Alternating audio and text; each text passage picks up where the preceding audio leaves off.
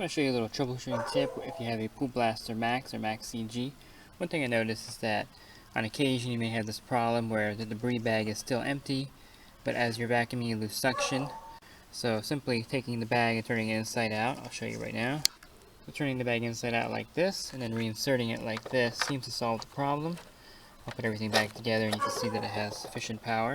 See the flap pulled all the way back, so this thing has tremendous suction right now by reversing the bag.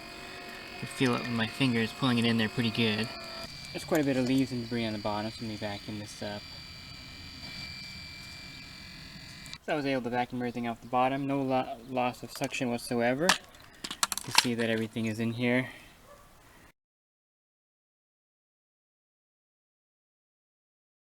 Okay, simply get a rubber band and tie the bottom portion of the bag off with a rubber band.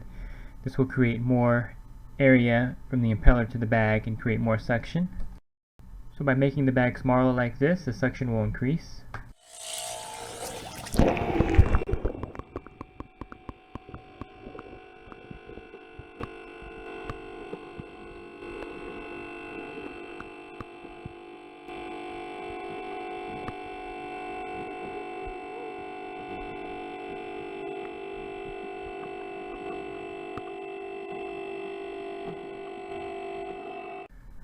So you can see it pull those leads up really fast. So what you're doing by making the bag smaller is you're creating more area behind there for the impeller to draw the water through. You can see that inside here there's like a quarter size opening for the motor impeller right here.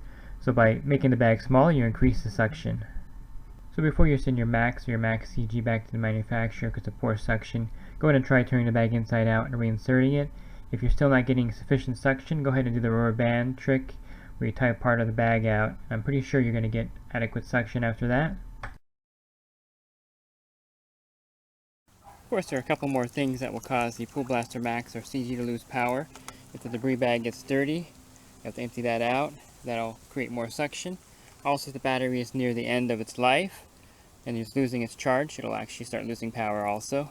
If you're having trouble turning on and off, simply add some more silicone lube on there and that should solve that problem. If you've seen my other water tech videos, I use a Magic Lube silicone lubricant.